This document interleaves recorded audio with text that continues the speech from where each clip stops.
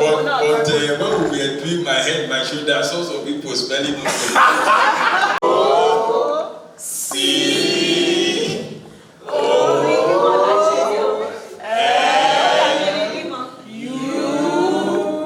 Section where we talk about means of payment, right? Yes. Because all transactions, there must be payment. And we identify various means from payment, from cash to using of cards, e-wallet, electronic transaction, direct debits, and all of that. Up to talking about barter, how we use battery, trade by barter to make payment, right? Yes. And I'm sure we also understood the advantages and disadvantages of these different payments, means of payment that we have discussed. Am I right? Yes. And now we'll be discussing risk. Risk is a part of life. So in this section, which is understand risk and how to protect yourself, we will try to identify the different risks we face in life. Protecting ourselves from this risk, either through informal or formal means. And we will also be aware of the importance of savings for emergency. And she does not have an emergency fund. So now we want to talk on those risks that we face in life and also how to deal with them. When we talk about risk, what are we talking about? What is a risk? Injury or loss. Unforeseen circumstances. Unforeseen circumstances, yes. A situation involving exposure to Give her microphone. a situation involving exposure to danger. A situation involving exposure to danger, yes. Any negative outcome. Risk is any negative outcome, yes. Risk is the process of possibility. Let's say possibilities of having risk. Of having a loss. Any more intervention or risk? Taking a decision that you don't really sure is outcome. Taking a decision or involving in things that you don't really sure of its outcome. You see, risk is beyond physical risk by the intervention of the last comrade. Sometimes we look at risk as in physical issue, but sometimes decisions we take will also be risky. Even decision to go into business that you are not sure of is a risk. Is it not? Yes. But in this case, a risk is more or less foreseeable danger that may have negative consequences. Foreseeable danger that may have negative consequences. A risk happens when we are in a situation that might be damaging, that might have damaging consequences for ourselves or for our family.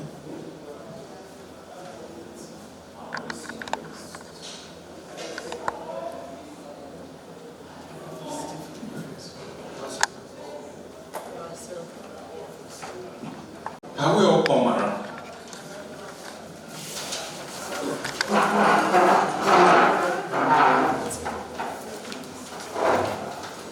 I've made a list of some risks as they are pasted on the wall here. You have occupational occupational accidents, you have death, unemployment, sicknesses, and fire. So let's go back to our seat.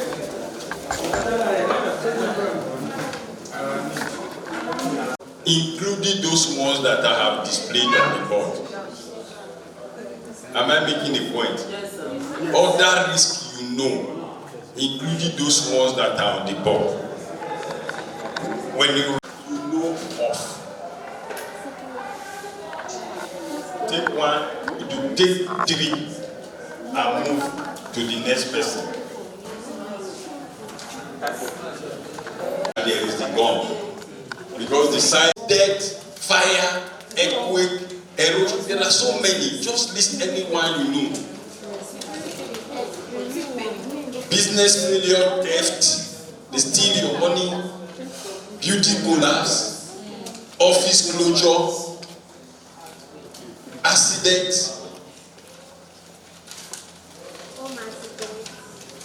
Have you finished? Okay. If you wrote this risk and you know how often you think they occur, if it's frequent, you are going to stick it under frequent. If it's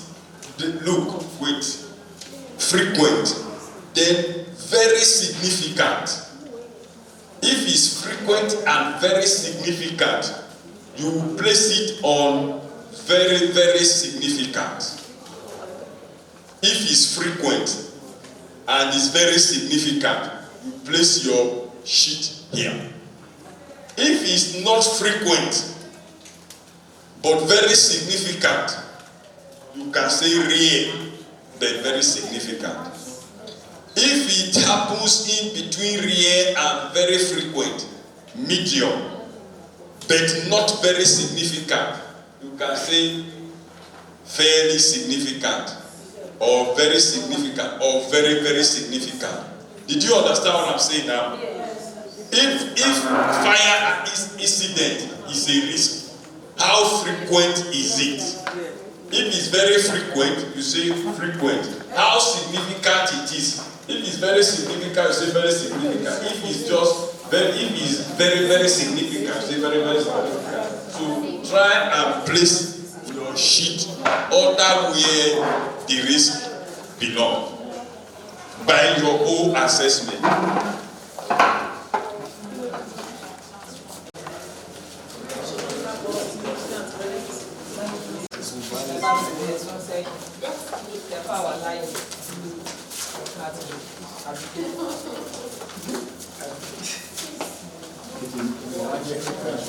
Are you the one who wrote it? Okay. Indebtedness. Yes. Okay. Indebtedness is a risk. So, a number of you identify sicknesses, right? Sicknesses, and sicknesses fall under frequent and significant, right? Yes. You are unemployed, you lose your job, no source of income, so very significant.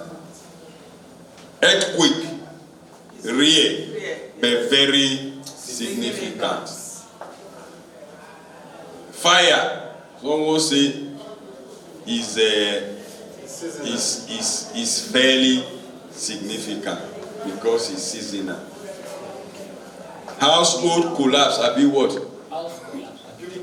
House collapse, medium and is fairly significant. That is what you identify. Death, someone say is frequent and very significant. Accident, frequent, very significant. Home accident, frequent and very significant. So now you have identified the various risks, right? And you know which are very significant, which are fairly significant, and which are very, very significant. You know the ones that are frequent, the ones that are medium, and the ones that rarely happen. Is that? Yes. Please appreciate yourselves and go forward. Significant, fairly significant, and very significant. What does that tell you? Is that various risks are more or less likely and may have different consequences. All risks may not have the same consequences, and all risks may also not happen at the same time. There are minor risks to very serious risks. Depending on the nature of the risk and the characteristics of the person or place affected, that also determines the consequences, right? And when you are talking about consequences, you are also talking about the cost implication of mitigating or coping with the risk. Therefore, we must prepare to know how to protect ourselves against those risks. Is it important or not? It is very important. Very, very important. Okay, let me ask. Tell me one risk you identify and how you think you can protect yourself against it.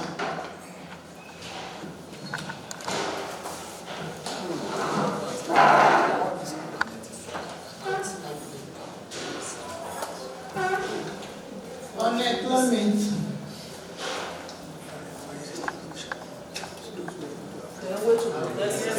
Unemployment, yes. How to you go out searching for money to establish jobs. So you choose unemployment.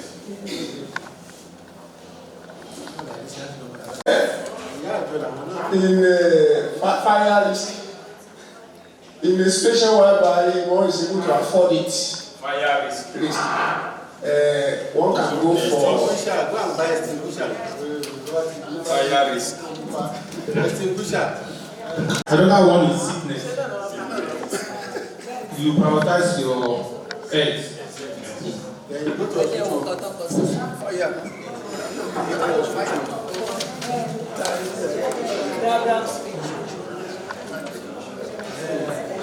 Occupational accident.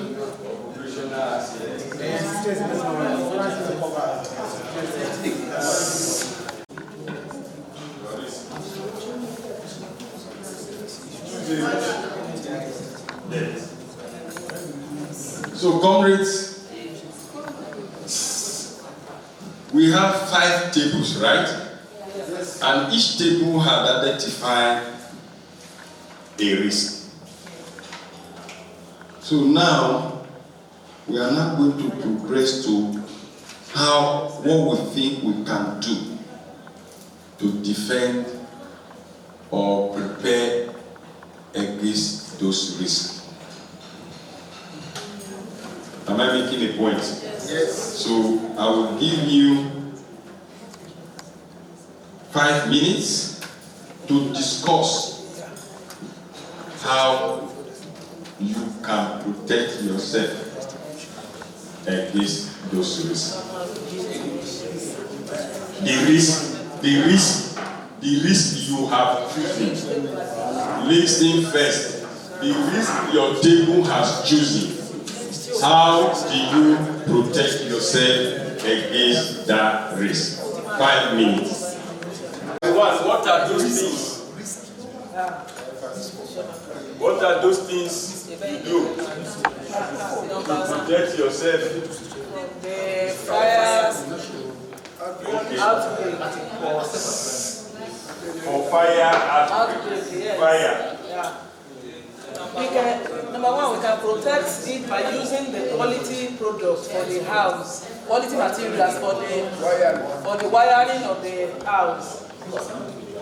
Then the constant switching of the electrical appliances. Please, one house. One listen. Hold on now, listen. Always. Quality material, is it only wiring that cause fire in the house? No, they are still coming there. Gas is coming there. Gas is Okay, yes. ensure we switch all electric appliances. Electrical appliances. The installation should be handled by professionals. Then we should not keep any inflammable items at home, like fuel. We should always switch our electrical appliances before we leave home. Okay, that is fine. Next group. Next group. We talk about sickness here. Sickness. And what is very important here is that Hey, madam, listen. we have to prioritize our health. Prioritize your health. Yes, how? Eating balanced diet, Balanced diet, do more of exercise, exercise, and then go to hospital for checkup regularly. regular medical checkup. Now, in case of eventuality, make sure that you engage insurance. You have insurance.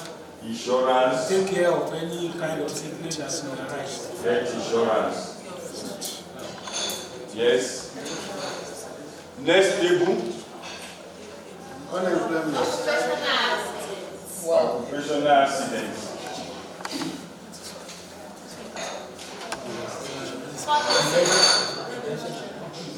So what? Follow safety precautions. Abide by safety precautions. Use protective equipment. Use protective equipment. Get proper training and be alert. Proper Training about the training. Report hazard immediately. Report. Avoid distraction. Avoid distraction while using machine.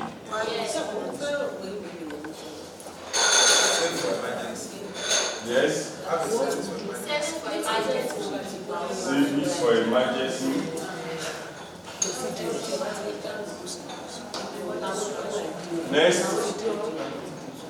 Next. Next group. Unemployment. Unemployment.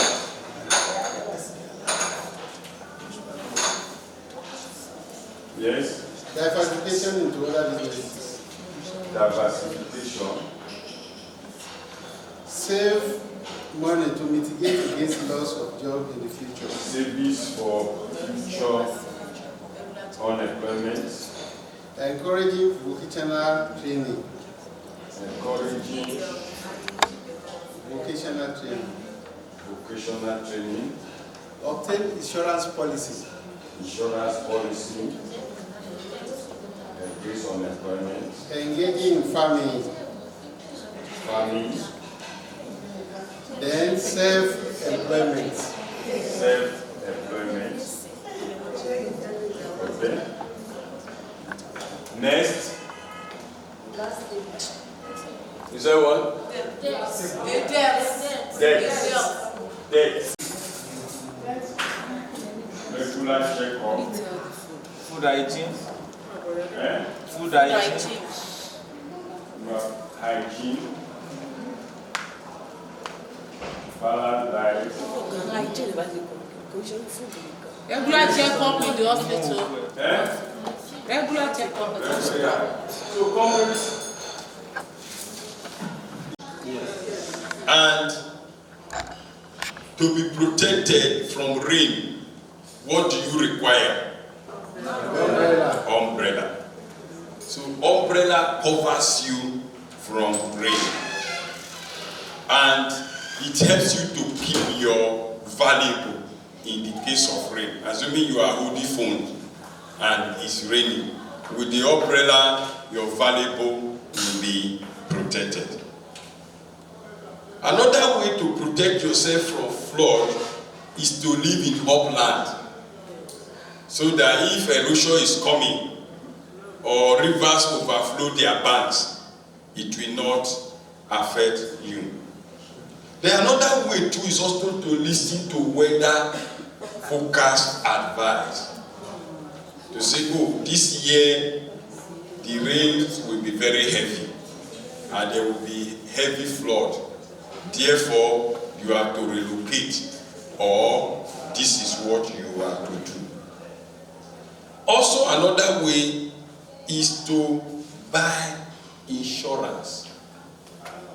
Buy an insurance policy, because risks are inevitable. You can't say, I know I will not die. Isn't it? And we have identified death as a risk. Is death inevitable? No matter the precaution you take, if it will come, it will come. So, therefore, you must prepare to deal with this risk. All the risks we have identified, sicknesses, you don't call it, Abi, but it does happen. The issue of unemployment, sometimes you don't plan it, but it does happen. Same with occupational accident. Yes, you can try to avoid it, you can try to take precaution, but it still does happen. It may be rare. That is why you see the classification of this risk. Some may be rare, some may be frequent, some may not be too frequent, nor too rare. Am I making a point? Nobody wants to die, but everybody will die. Then occupational accident, nobody wants to have it, but it does happen. So what do we do to deal with this? One of the ways things we do is that we begin to put money aside, which we call emergency funds. We talked about this yesterday. Yes. That even to the day before yesterday, that in your budgeting cycle, while you are tracking your income and your expenditure, within your savings, you should have savings for miscellaneous. You understand? So you should also begin to think of having an emergency fund where you put money aside to say, if something happens as an emergency, this is where I run to. At least, maybe as a form of first aid. It may not, for major risk or major incident, the fund may not be sufficient. But it's a fund you can fall on before you begin to call people or apply for something in the office. Am I making a point? Yes. Then there's also what we call the employee compensation scheme or act. EPA, employee compensation. It's an act that is a fund that is being managed by the Nigeria Social Insurance Trust Fund, especially for those in the private sector. But it's a law that is supposed to be for both private and public sector, so that if there are occupational accidents, especially cases of permanent disability, that fund gives you compensation or loss of limb or arm, depending on the nature of the occupational accident. And as workers, these are things we can move for. But as people who are self-employed, even when you are not self-employed, you can also begin to set aside some money in case of emergency. Because risk may not only be for you, it's also about your family. Your children will surely sick. Is it not? Yes. So how do you plan for that? So that you don't run into crisis. Like in the case of Sholakwe, who, when the daughter was to undergo operation, even though the insurance company was to pay, but she needed to pay upfront, and yet she has no money. What did she do in that case?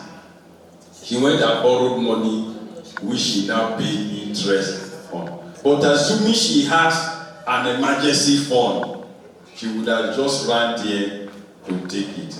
So the summary of this is that, first, all these risks we think of, giving your response, what is the summary? Giving your responses. Yeah. Have a savings for emergency. Have an emergency savings, yes. But that is not even supposed to be the first. The first is that you suggested protective measures. The first step is protective measure. To take measure before the crisis even occur. That is why you talk of balanced diet. You talk of regular medical checkup. Abi? You talk of self-employment, vocational training, because you are trying to prepare yourself. You talk of caution. Don't lose distraction when you are using machines on all of that. That is it, because that will enable you to prevent an unfortunate event from happening. There is a saying that prevention is better than cure. So that is the first thing you must be cautious of. For example, many people are sick with flu. You know what is flu? Catarrh, runny nose.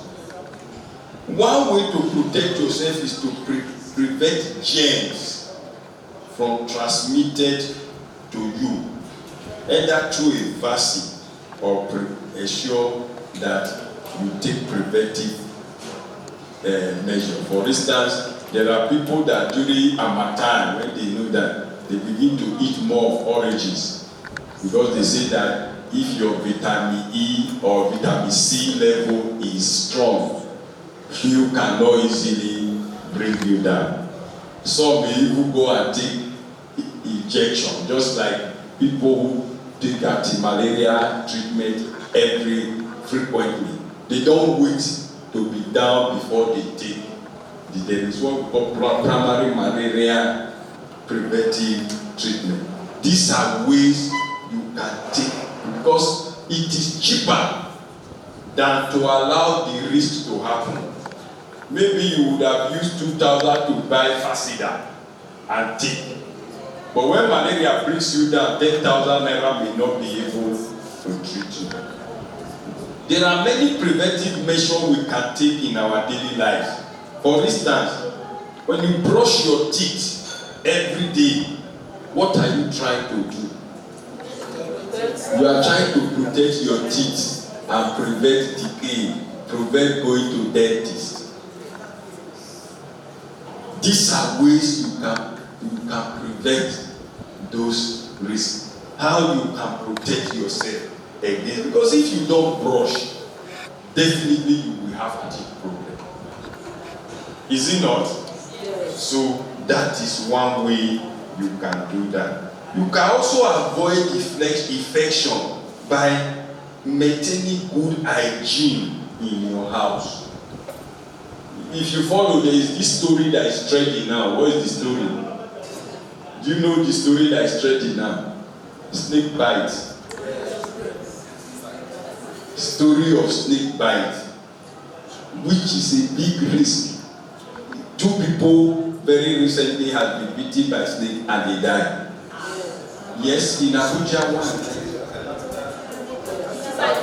Yes, and in Taraba or Gombe, a pregnant woman who is expecting a baby next month was also beaten. It's on the social media. So what do you do? Deploy preventive measure by clearing bushes around your house. There's even the one that say at least put salt from time to time. Put salt out into your toilet seat. So these are ways you can prevent these things. There are various categories of preventive measure for storing risk in our daily life and to manage risk. So let's try as much as possible to imbibe those preventive measures. For instance, by brushing your teeth, transferring the risk to a third party, a mutual benefit association or insurance company.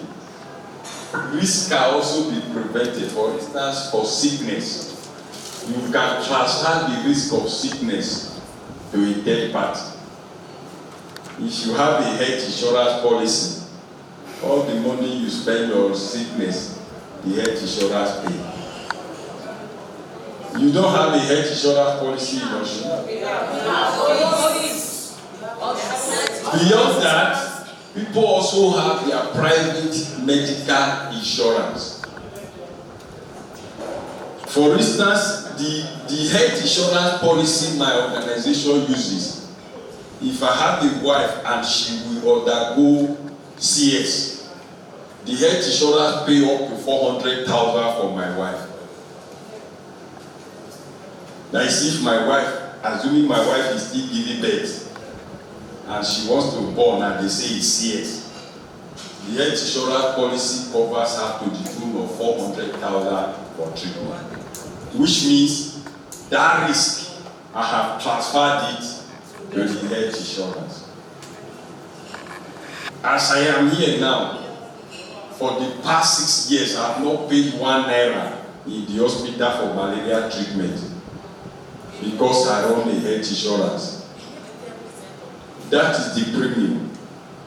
You understand? So even if it's 20,000, 30,000 I use for treatment, I only pay 3,000 naira, and they give me drugs, they give me everything. But the insurance I use, I pay the premium once in a year. So once I pay the premium once in a year, for the whole of that year, I go to hospital, I don't pay 1 naira. I see doctor, they treat me, I go to my house. So these are ways you can transfer risk. Because if you are doing out of payment, you find out that it will be more expensive. Then also by saving to have an emergency fund is a way you can also protect yourself against risk. Any question? If not, let's appreciate ourselves.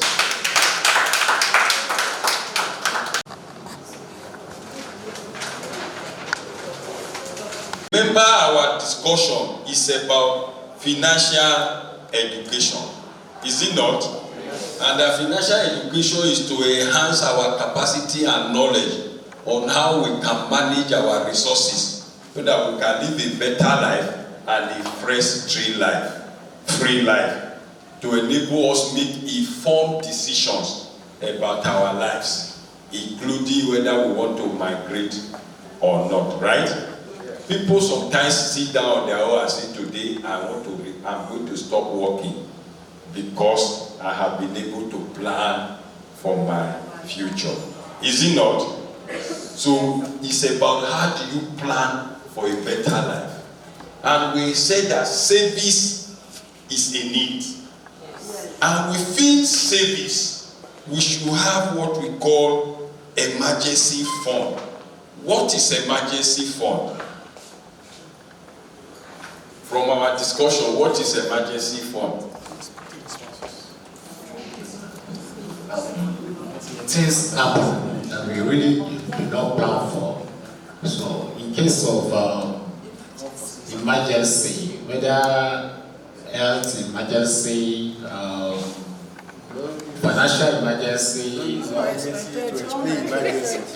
a sudden happening, unforeseen occurrences that may require financial input or any other input, we keep some token aside for such incidents also. Yes, let's appreciate him. Any other person who want to give a trial to that? Or crisis that you can easily assess. Setting aside some money to meet emergency situation. Do we all understand that? Yes. Like I said, emergency fund may not be sufficient to solve all your crises. But at least you have a first point of call. It's like having a first aid in your house before you get to the hospital. And there are some logic in line with ILO financial education on how you can have emergency fund. He said, put aside at least 3 times your average monthly income.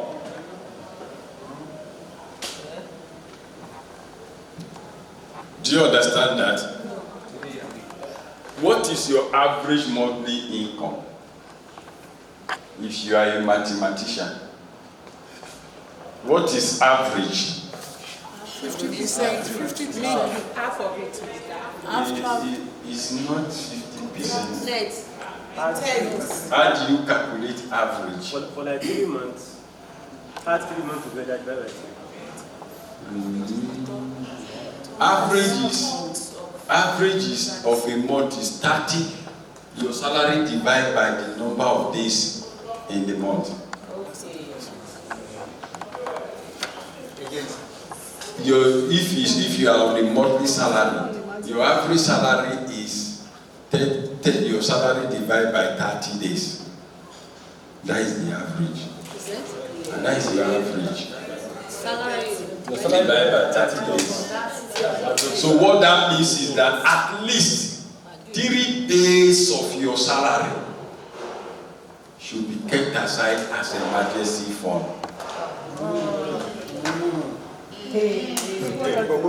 Am I making a point? Yes. If you work 24 days in a month and your salary should be divided by 24 days, what is it? Then 3 of it should be kept aside. He said that is the principle in line with ILO financial education. But you see, it also goes beyond that. The more dependent you have, the more emergency fund you keep aside. Assuming you have 7 children and another person have 2 children, the emergency rate of emergency fund may vary. Is it not? Because you are likely to have more children sick in a month, assuming you are saving for medical treatment. In 3 months, you will have, so in a year, you will have 36,000. And it's possible there is no emergency that took it. Am I making a point? Yes. And then your emergency fund too can also be determined by the amount of money you earn. Am I making a point?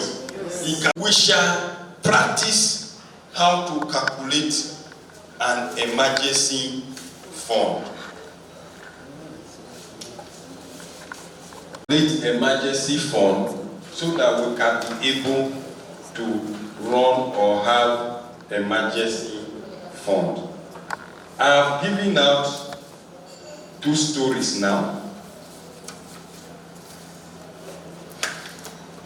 Okay?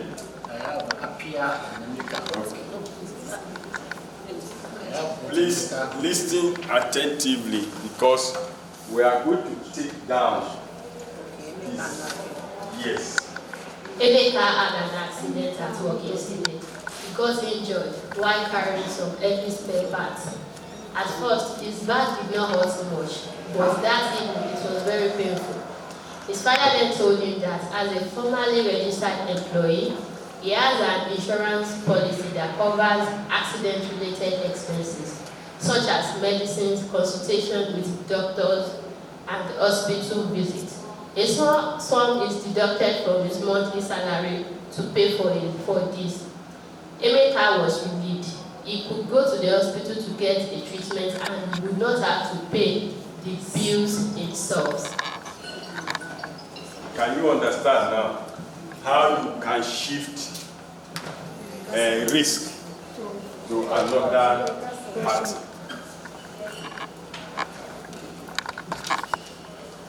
Udo breaks his toe. One day at work, Emeka Shlokofi's friend Udo dropped a chair on his foot and broke his toe. He did his best to stop the bleeding and bound up the wound. He tried to ignore the pain, but that evening, his toe was badly swollen. He went to work next day, but was in a lot of pain. He did not say anything to his supervisor for fear of losing his job. In brackets, his manager gets very angry when workers ask for time off. He was also afraid that if he went to hospital, he would not be able to pay for the x-rays, bandages and medicines. He thought that he had an insurance policy, but was not sure if he could use it for a minor injury like a broken toe. He was worried. What would happen if he needed expensive medicines or had to pay to see the doctor? What should he do? Fortunately, his father lent him some money and he was able to get treatment. He would like to avoid having to borrow money if something similar were to happen again. So, you see risk to a third party through an insurance policy, is it not? So we would dwell more on insurance as we progress. But I just wanted us to know how these things can be done. But what we are getting to now is about how to calculate emergency funds. I want you to take your paper and let's look at Emeka's family income over 1 year. In January,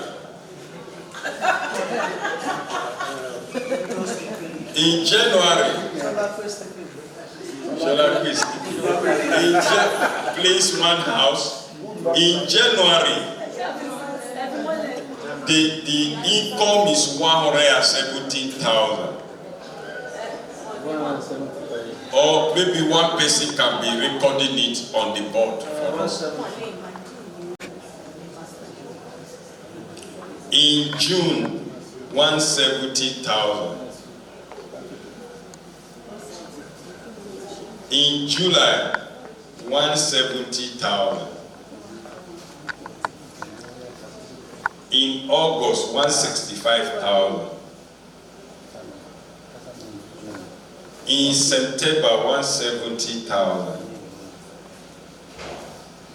In October, 170,000. In November, 175,000. In December, 185,000.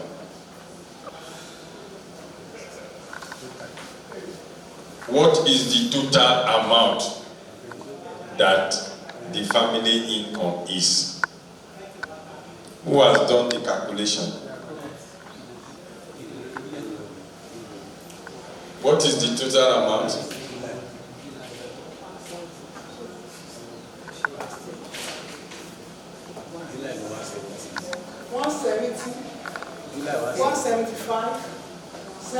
The total income is 2,070,000 naira.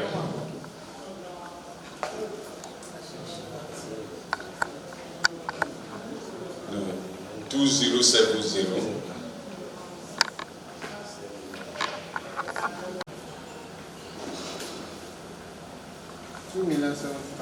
What is the average income? 172,000. How did you arrive at it? You see what I'm talking about? So you divide the total annual income by 12. It will give you 172,500 naira. Please appreciate yourselves. So that means you are very smart at calculating. So you find out that money is not too much compared when you compare it to the annual income, right? That is the monthly average income. So they are setting aside 172,500 naira.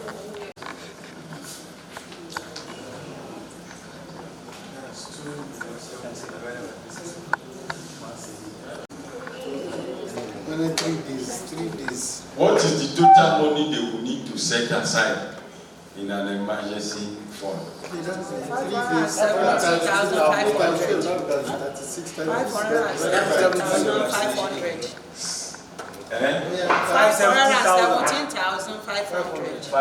517,500. How did you get it? Divided by 3. Multiply it by 3. Multiply by 3. Multiply that amount by 3. That gives you. So 517,500 naira is what they require. Do you understand now? We got the average, which was 172.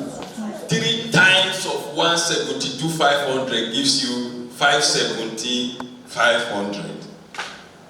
Do we understand the principle now? So what we do is this 2,070,000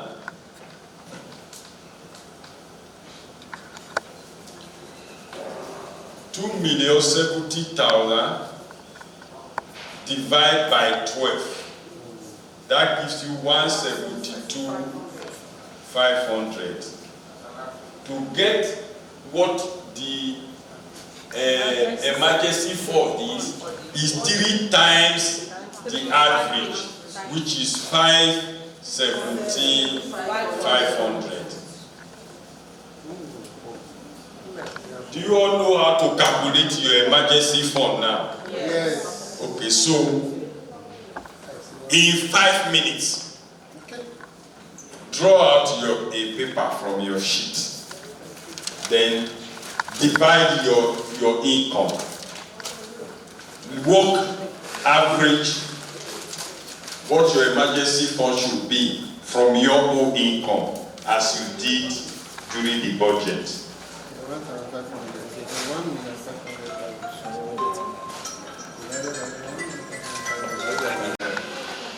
So divided by 12, you get 125,000.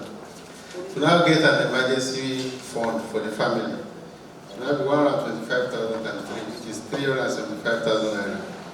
So meaning, if you are running an emergency fund in a year, you are expected to save 375,000 there. But do you have an emergency fund? Emergency fund. Yes. Okay. So that means every year you save that money there.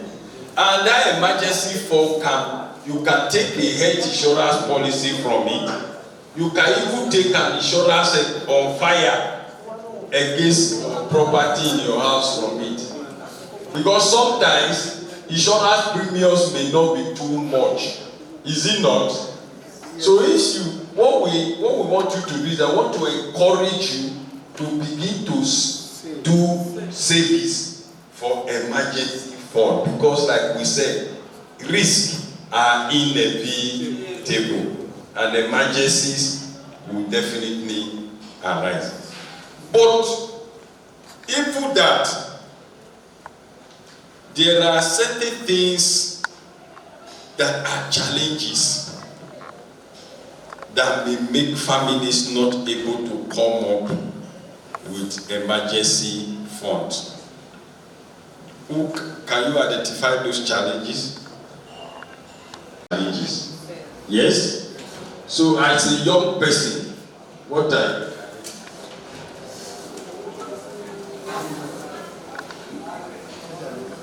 as a young person, challenges we face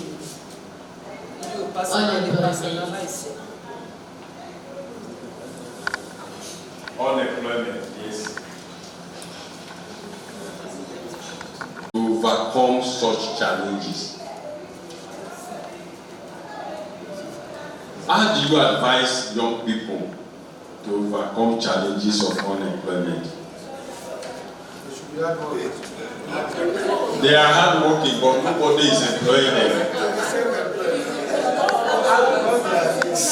One person at a time. I will advise them to be self-employed. Let's go back to our umbrella. When we were identifying ways to overcome risk, we talked about vocational skills. We talked about self-employment. You need to acquire skills that can make you self-employed. You understand? As a female entrepreneur, what are the challenges you face?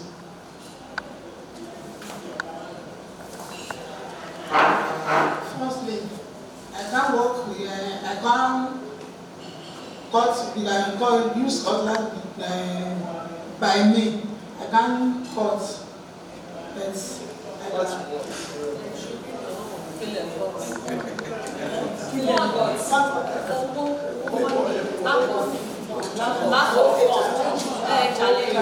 lack of money.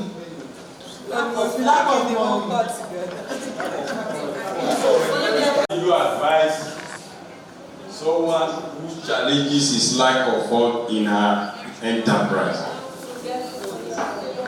To get loan from bank. Get loans from bank. From bank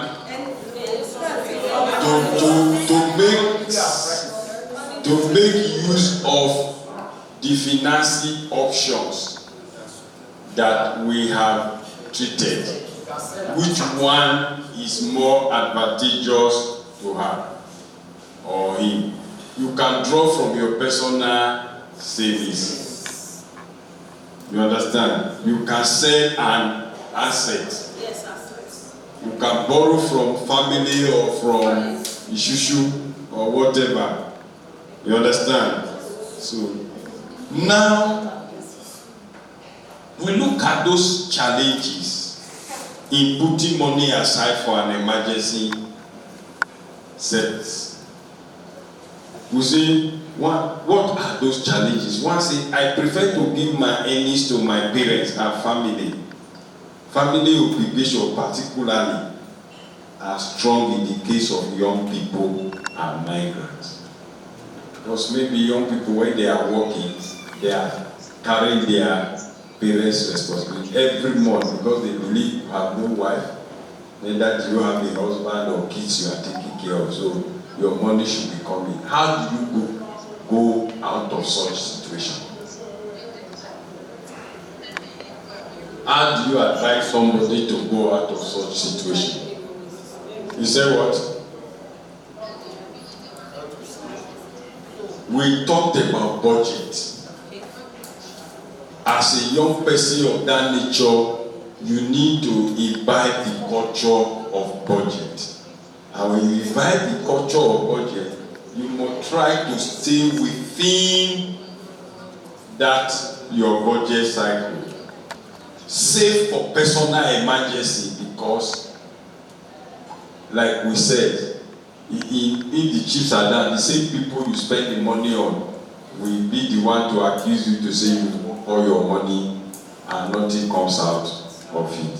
So you must ensure that in your budget you have a provision for your parents, but you should also have a provision for your personal savings and emergency savings. Your budget, like we said yesterday, is a tool to help you monitor your spending, to track your spending, to assist you in efficiently utilizing your resources. You should ensure that within your budget, you have a column for saving for emergency. Some say, when I keep my money in my room, I am afraid it might be stolen or lost. How do you advise people on such? They should save their money in the financial institution. Okay, a good one. Okay, next.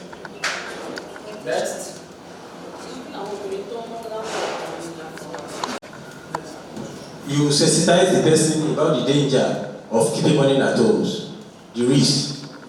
Yes. For such person, keep the money outside your house where you cannot have easy access to it.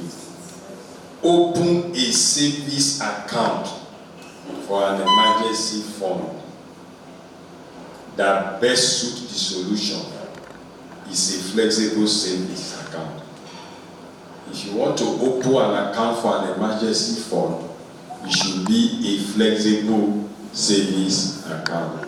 Remember yesterday we talked of different savings accounts. We talked of time fees, we talked of regular savings account, we talked of which other one? Time fees, regular savings, we talked about the third one, the monthly savings.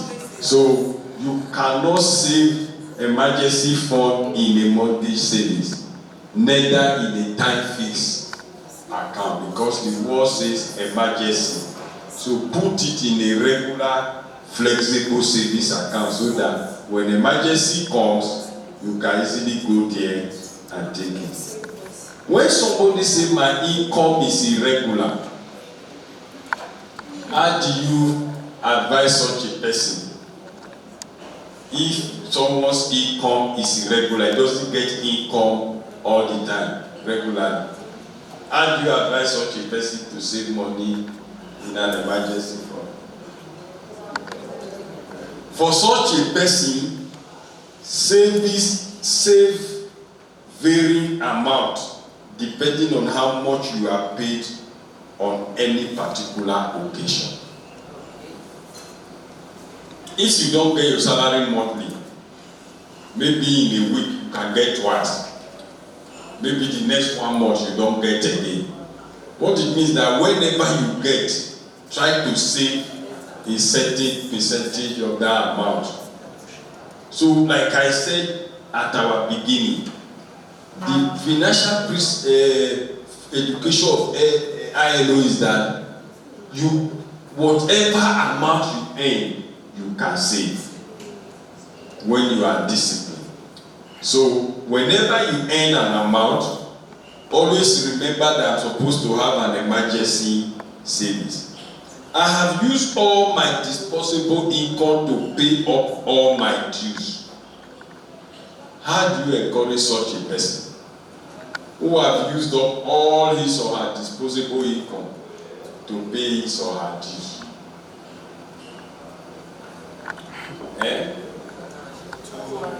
To try to check, differentiate between the needs and wants. Differentiate what? Between what he needs and what he wants, so that he will be able to have a certain of his money saved. That he should differentiate between what he needs and what he wants. Is that the solution to it? I think what you need to do is to draw up a timetable to pay off your debt. You can't pay off your debt at once and you are left with nothing. Draw up a timetable so that you don't say, I have used all my money to pay all my debt and I'm not going to eat for the next 1 week. At the same time, start putting money aside for personal emergency on a daily or weekly basis. Even if the amount is small, your savings will grow. So these are ways we can have emergency funds. Do we all understand now? Yes. Are we all committed to having emergency savings? Yes. So that we can have emergency fund? Yes. Why? Let two people tell me why. Security of funds. It's taking care of our future needs. Yeah, because it will be of our future. That it will save us from stress. It will save you from stress, yes. Between our emergency. Because risks are inevitable. Emergencies will surely come. So the only way to deal with emergency is to have emergency fund. Remember, your emergency fund is not intended to cover expenditure for relatively minor emergency. No, it's intended rather, sorry. Emergency fund is intended to cover expenditure for relatively minor expenses. So if there are minor expenses, there is somewhere you can easily run to and take the money. Most of you will not be able to put money aside for major emergency, such as long course of medical treatment or death in the family. Because the level of income you earn may not allow you to put millions there. But it can allow you to save for minor emergencies. So no matter how little, develop the culture of putting aside. Therefore, if you plan for emergency, you are more likely to achieve your goal.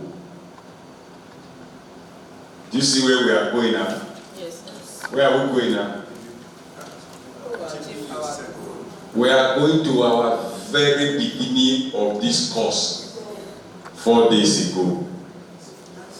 That in everything in life, you need to first set a goal. Yes. Is it not? Yes. Because why? The wind is only favorable to those who know the direction they are sailing.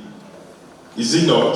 Yes. And it is the goal that is the direction you are sailing. You need to set the goal. This is what I want to achieve. And if you now do service, including emergency service, what it means is that if emergency comes, you don't go to your main service to even, the main service you are saving to achieve your goal will still be intact. Do you understand it? Yes. That service to achieve your goal will still be there because you have a service for emergency. But there are people who don't have a service for emergency, they have only one service. So anytime anything happens, they run there. And one thing, like we said, that most savings accounts attract interest. If you don't withdraw more than 3 times in a month. So you see why you can have an emergency savings account where you can run to regularly and then leave the other savings for the other goals to be interest yielding. Am I making a point now? Because if any little you want to, somebody went to the kitchen, he hit leg, blood is coming out, you go to that account to withdraw 2,000 to meet that emergency. If you do more than 3 times a month, you can no longer get interest. But if you have an emergency savings where you can easily run to, you find out that you may not be going to lose your main accounts where your emergency fund could be saved in the house as far as you are not touching it if there is no emergency. Am I making a point? Yes. But the central message is that you are encouraged to have an emergency savings.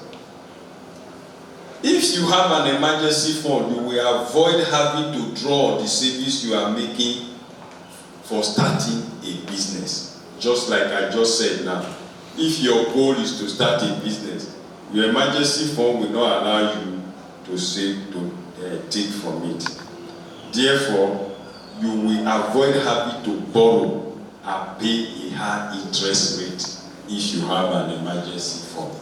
Because if emergency comes, you must deal with it. Is it not?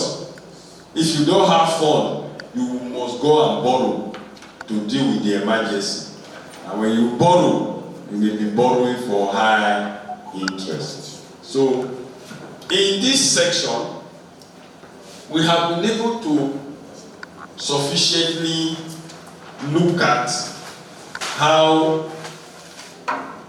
what are risks and that risks are inevitable, right? So I want someone to help read out the key messages that we have learned from this section. cameraman may be covering you.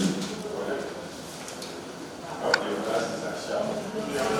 It's on the board.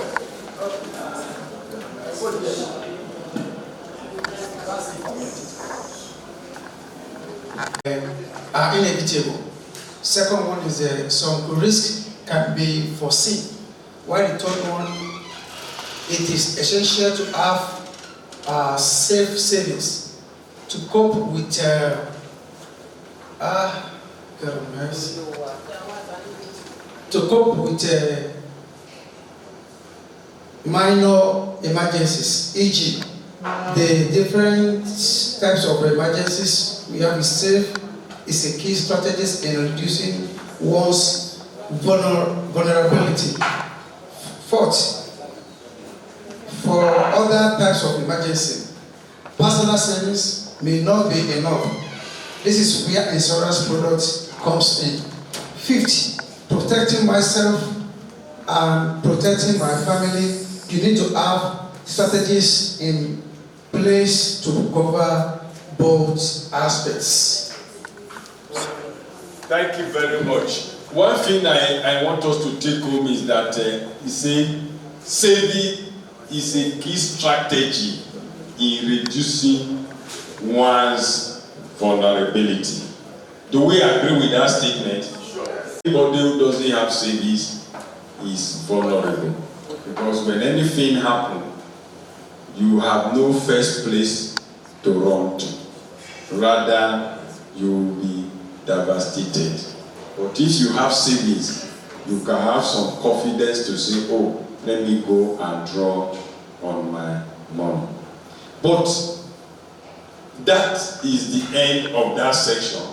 But I want to introduce you to another measure to really protect yourself against risk. And that is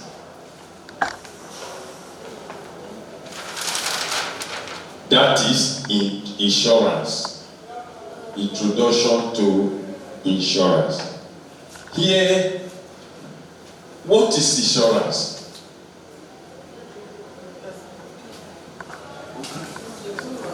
Insurance is the pooling of risk. We are fortunate people, unfortunate people who lost their properties. So insurance is the pooling of funds to deal with unfortunate situation. Who else? What insurance is?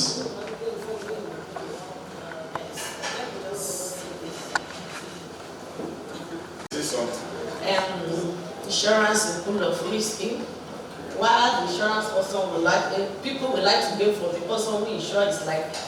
While the person who insure his life will also want to gain from the insurance company. Yeah. Insurance is deduced from the word insured, which means savings against unforeseen circumstances. Yes, insurance is about, like we said earlier, is a strategy to shift the risk to a third party through registration and premium payment.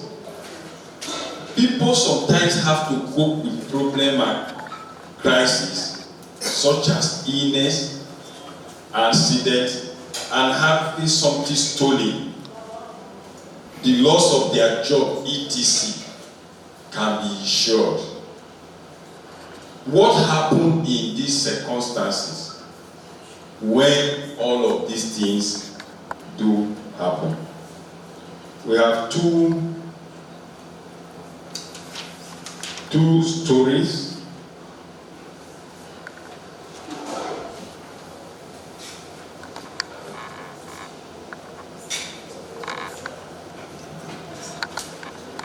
Who don't break his toes. One day at work, Emeka's friend put a chair on his foot and broke his toes. He did his best to stop the bleeding and band up the wounds. He tried to ignore the pains, but that evening his toes was badly swollen.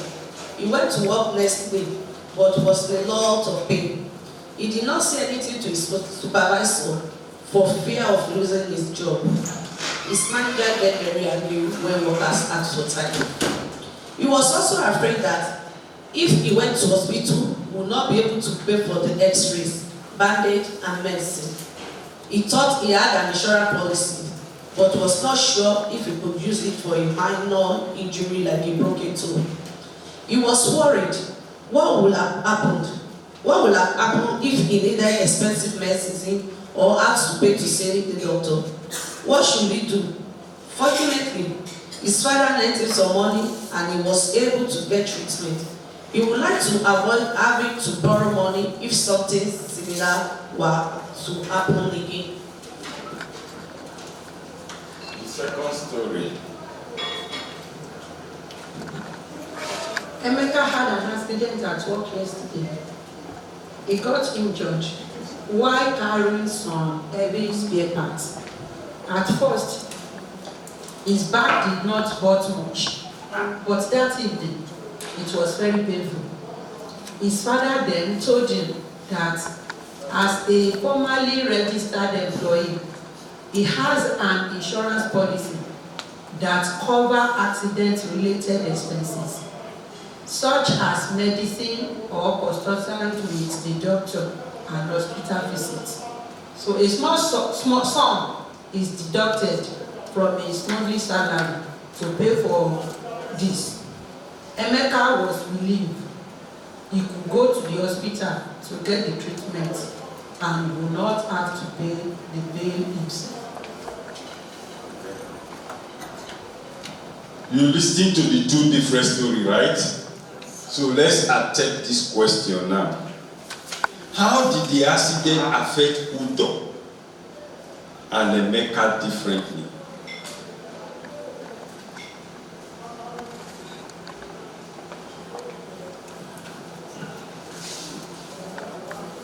Emeka have an insurance policy while Udo does not. Yes, how did it now affect them?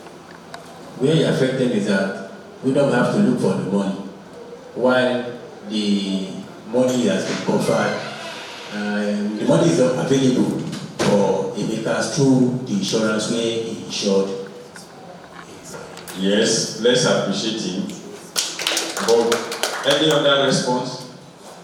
The accident affected them differently. First, the accident put Udo into debt because he had to borrow money from his father to take care of the treatment. While for Emeka, his insurance paid, he only paid a little percentage.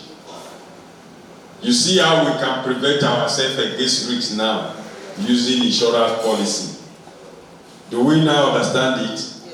Because Udo had to be indebted because he doesn't have a policy. What do you think will now happen to Udo and Emeka? What do you think will happen to Udo and Emeka? Udo is now indebted, and that will affect him going forward. He will be worried. He will have to adjust his salary in order to accommodate the indebtedness. For Emeka, however, the only inconvenience is that recovery from the pain while it heals. In terms of financial implication, Emeka is home and dry. Nothing is affecting him, and the guy is in good mood. While the dog is worried, thinking how to survive with indebtedness. So, Udo may not be able to get good treatments because of non-availability of funds. He have to go borrowing, while Emeka will take the real treatment he's supposed to take,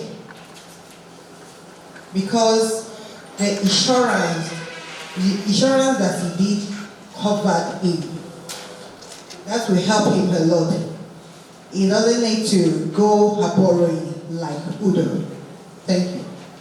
Yeah, there is another dimension because Emeka is not paying out of his pocket. Udo is paying out of his pocket.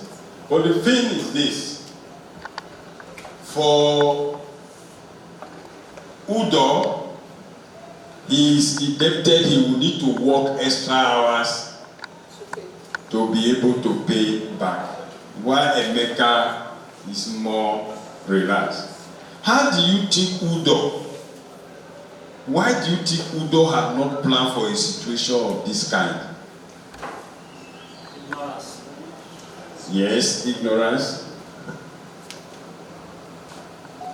Yes, ignorance and lack of knowledge, because he said he did not know that insurance would be able to take care of such minor sicknesses. How can workers find out whether they are insured? How to make use of their insurance and what to do if they are not insured? Insurance education. Yes, in Osun State, you may say you are insured, but do you actually find out whether the government is funding the insurance policy? Because there are states, because even the NHIS, there are situations whereby heroines would go to hospital, they would tell them NHIS has not remitted money. So it's good as a worker to always find out. You understand? It should also be part of your CBA or your negotiation when you are discussing with your employer or government. Am I making a point? Because one of the provisions of the National Health Insurance Scheme and the contributory pension is that every employee is supposed to have a group life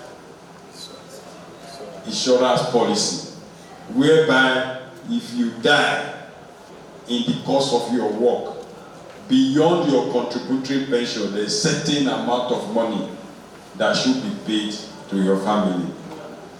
So all of these are things we need to know.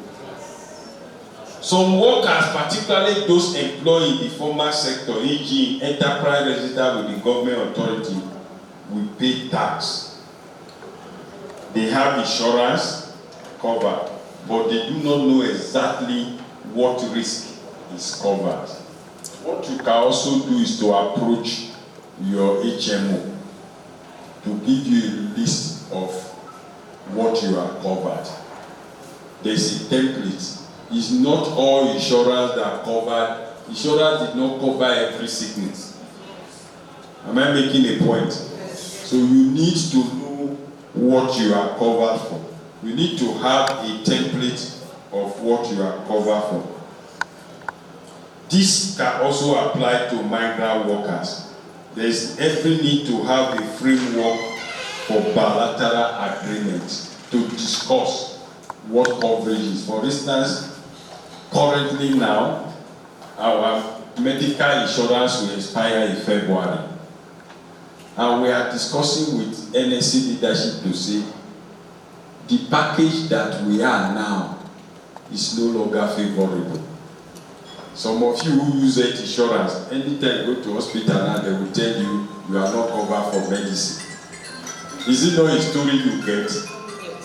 Because the cost of drugs has increased. They give you generic drugs, they don't give you branded drugs. If you say I need Augmentin, this brand, they will tell you you are not covered.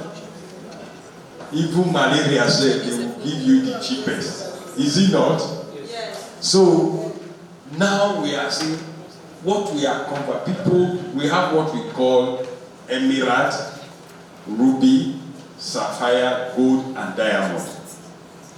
The staff in emerald, which is the lowest, are crying that the team can no longer meet their medical needs.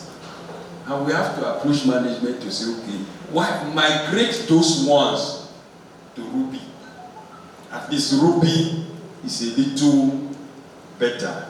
Migrate ruby to sapphire. Migrate sapphire to diamond. You understand? This is how you can use negotiation to benefit from this kind of insurance. Because we are talking about risk shifting. If you have an effective medical insurance, you may not pay a medical bill out of pocket.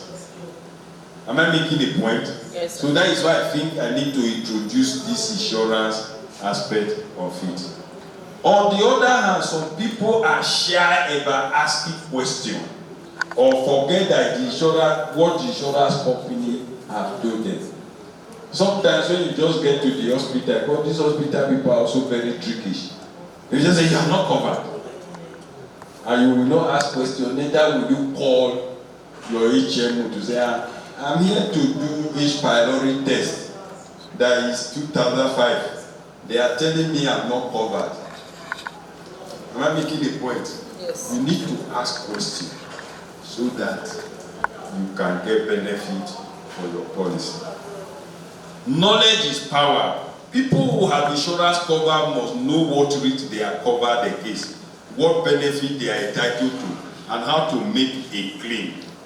Everyone should have a copy of their insurance certificate. You should know what you are covered for. Some people third-party vehicle insurance we make. We don't even go for claim. Nobody will jam your car and go. You see, the time for me to insurance company, let me just go and repair my car. You are supposed to have a claim for that because you pay the premium. But I can assure you that about 90% don't even talk about third-party insurance claim. You only obtain the deal just for police to let you pass on the road. But you have a claim for you. Employees can ask their employer, their insurance companies, their trade unions or their migrant support services, whether or not they are covered by insurance and how the arrangement works. Social and family solidarity is very important as it enables people without insurance to cope with major problems. As a matter of fact, that is what is happening in Nigeria. When the family person is sick, it is the family who contributes money to treat the person. Is it not? That is social and family solidarity. How many people don't have health insurance, but they are treated? Young people should also be involved in maintaining this way of protecting people when they are in trouble. We must show solidarity to our people. So, comrades,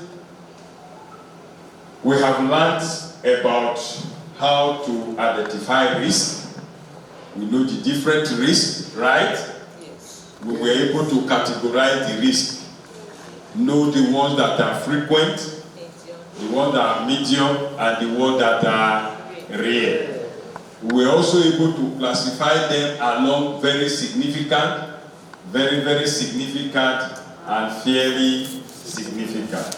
I will also look at ways to deal with those risks. And the very last one we look at just now is insurance. How do we take insurance, especially health insurance, to be able to deal with health? Because we all identify that sickness is a very frequent and very significant among the risks. Is it not? Yes. So on that note, let's appreciate ourselves and bring this section to an end. But let's stand up to sing our solidarity song.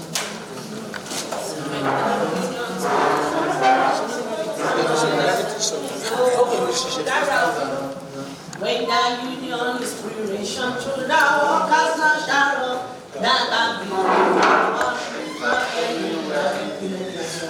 let's go further, that is weaker than the people sweat of war. But the union makes us strong. Solidarity forever. We are singing solidarity forever. We are singing solidarity forever. For the union makes us strong.